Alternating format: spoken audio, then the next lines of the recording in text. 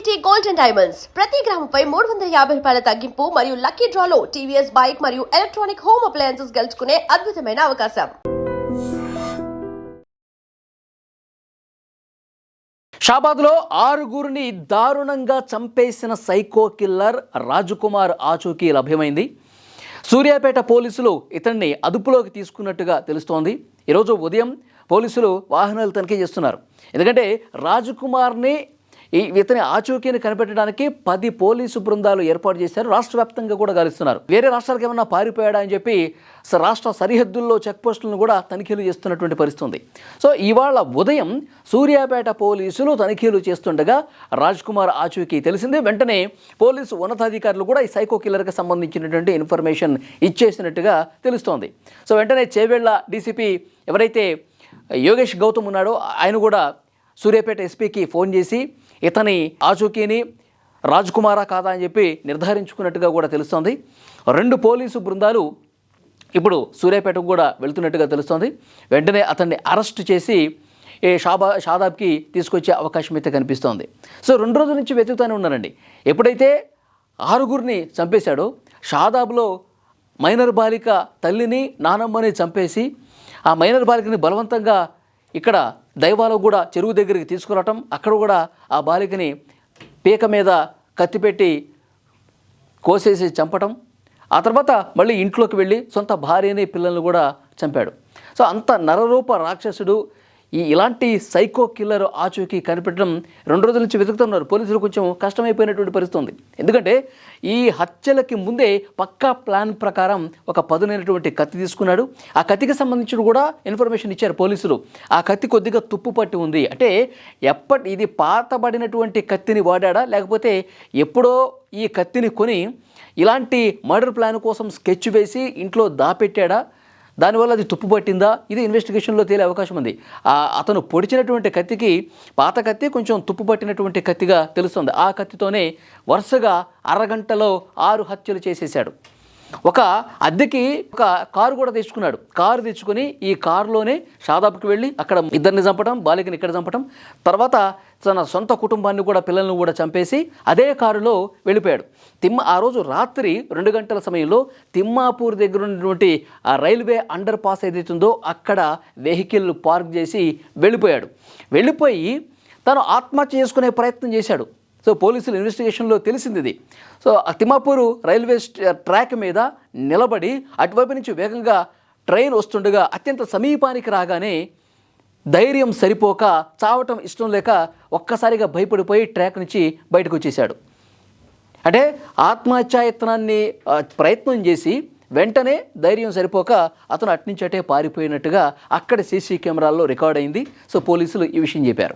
తర్వాత ఈ లొకాలిటీలోనే ఉంటాడు, ఇక్కడెక్కడే తిరుగుతున్నాడు, ఏ పొలాల్లోనో కొండల్లోనో ఎక్కడో ఉంటాడు. ఎందుకంటే ప్రతి ఒక్కడికి కూడా అతని ఫేస్ రివీల్ అయిపోయింది. అన్ని ఛానల్స్లో కూడా అతని గురించి సమాచారం వస్తుంది కాబట్టి ఎక్కడ రోడ్డు మీద కనిపించినా పోలీసులకు ఇన్ఫర్మేషన్ వచ్చేస్తుంది. కాబట్టి మొత్తం అడవుల్లో పొలాల్లో తిరుగుతూ ఉన్నాడు.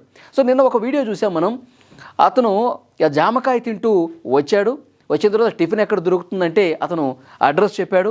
వేరే బైక్ మీద వెళ్ళిపోతుండగా ఒక కానిస్టేబుల్ పట్టుకున్నాడని చెప్పి నిన్నంతా వీడియో హల్చల్ చేసింది. కానీ పోలీసులు చాలా క్లియర్గా చెప్పారు అది అంతా అబద్ధం, పోలీసుల అదుపులో లేడు అని చెప్పి క్లారిటీ కూడా పోలీసులు ఇచ్చిన పరిస్థితి ఉంది. సో ఇంకా పోలీసులు వెతుకుతానే ఉన్నారు.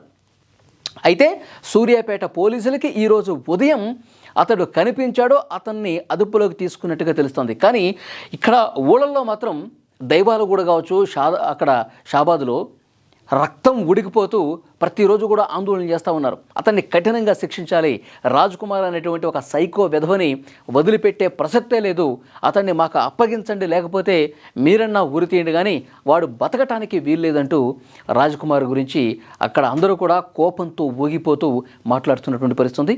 సో ఇప్పుడు సూర్యాపేటలో పోలీసులు అదుపులోకి తీసుకున్నటువంటి విషయం కూడా ఎక్కడ ధృవీకరించాలి. ఇంకా మరి సాయంత్రంలోపు ఏమైనా ప్రెస్ మీట్ పెట్టి క్లియర్ చేస్తారేమో. ఎందుకంటే 2 రోజుల నుంచి పోలీసుల దగ్గరే ఉన్నాడు, పోలీసులు అరెస్ట్ చేశారు, పోలీసులు అదుపులోనే ఉన్నాడు, ఇలాంటి వార్తలు వస్తున్నాయి. కానీ పోలీసులు అఫీషియల్గా ఒక ప్రెస్ మీట్ పెట్టి రాజ్కుమార్ అనేటువంటి ఒక ఆ కిల్లర్ సైకోని మేము అరెస్ట్ చేశాం అని ఇంతవరకు ఎక్కడ కూడా ధృవీకరించినటువంటి పరిస్థితి ఉంది. సో మరి ఈ సాయంత్రం లోపు ఏమైనా అప్డేట్ వస్తుందేమో చూడాలి. కానీ ఎంత దారుణం చూడండి, కట్టుకున్న భార్యను కూడా ఈ సైకో కిల్లర్ ప్రేమించి పెళ్లి చేసుకున్నాడట. ప్రేమించి పెళ్లి చేసుకుని 2 పిల్లల్ని కన్న తర్వాత మళ్ళీ ఇంకొక మైనర్ బాలికని వేధించడం, వాళ్ళు పోక్సో కేసు పెట్టడం.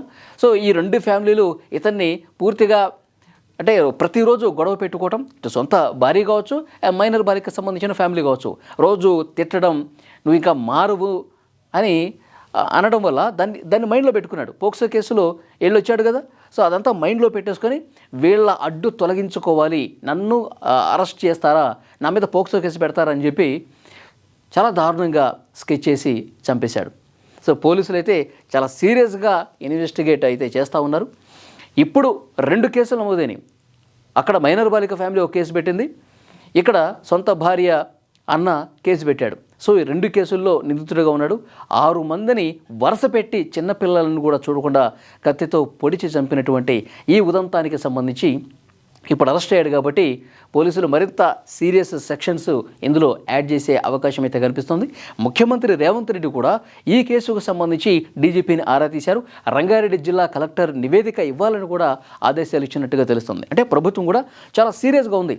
ఇలాంటి సైకో కిల్లర్లకి కఠినంగా శిక్షిస్తేనే, ఇలాంటి సైకో కిల్లర్లను మళ్ళీ ఇంకొక కిల్లర్ తయారు కాకుండా ఉండాలంటే చాలా క్లియర్ మెసేజ్ ఈ సొసైటీకి కూడా ఇవ్వాల్సిన అవసరం ఉందని ప్రభుత్వం భావిస్తున్నట్టుగా కనిపిస్తోంది. సో మరి ఎలాంటి శిక్ష వేస్తారు, ఏం జరుగుతుంది?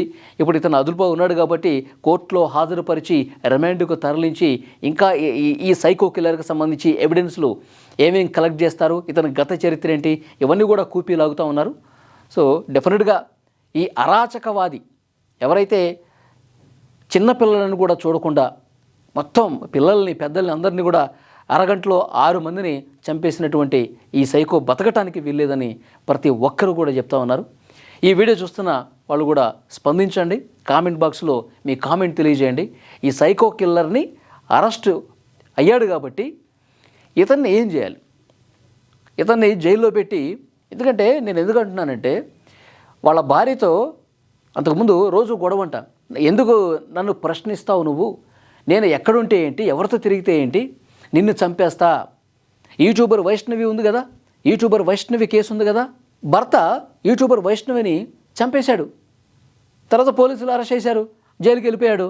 4 రోజులు మాట్లాడుకున్నారు, ఛానల్స్ 4 రోజులు మాట్లాడుకున్నాయి. తర్వాత ఏమైంది, అందరూ మర్చిపోయారు. మళ్ళీ బయటకు వచ్చేస్తాడు. సో ఇప్పుడు నేను కూడా నిన్ను చంపితే, నిన్ను చంపినా ఇంకొకళ్ళని చంపినా 2 రోజులు ముచ్చట అంతే. మళ్ళీ నేను జైలుకి వెళ్తాను, మళ్ళీ వచ్చేస్తా. ఏం చేస్తారు? ఈ విధంగా తన భార్యతో అన్నాడంట. సో ఇదే విషయం రాజ్కుమార్ భార్య తన ఆడపడుచుకి ఫోన్లో చెప్పిందంట ఈ విషయం. సో అంటే అతని ధీమా చూడండి. నేను ఎంతమందిని చంపినా, ఎంత సైకోగా బిహేవ్ చేసినా ఏం చేస్తారు, అరెస్ట్ చేసి జైల్లో పెడతారు, మళ్ళీ బయటకు వచ్చేస్తా, షరా మామూలే, నన్నెవ్వడు ఏమి చేయలేడు. ఈ ధైర్యంతోనే ఇంత దారుణానికి ఒడిగట్టినటువంటి పరిస్థితి ఉంది. సో ఇట్లా ఇంకొకటి తయారు కాకూడదంటే చట్టాలు కొద్దిగా మరింత బలమైనటువంటి సెక్షన్స్ పెట్టాల్సినటువంటి అవసరం ఉందండి. ఎందుకంటే చంపటం చాలా ఈజీ, మళ్ళీ జైలు నుంచి బయటకు వచ్చేయడం చాలా ఈజీ అయిపోతుంది. కానీ అలాంటి పరిస్థితి ఉండకూడదు. ప్రజలందరికీ ఒక ఆలోచన రావాలి. ఇప్పుడు వీడికి ఎంత కఠినంగా శిక్ష వేయాలంటే, ఇంకొకడు ఆడపిల్ల మీద చెయ్యి వేయాలంటే, ఇంకొకడు కత్తి పట్టుకొని ఇష్టారీతన చేయకూడదు అంటే చాలా సీరియస్గా శిక్షించాల్సినటువంటి అవసరం ఉంది. మీరేమంటారో కామెంట్ బాక్స్లో తెలియజేయండి.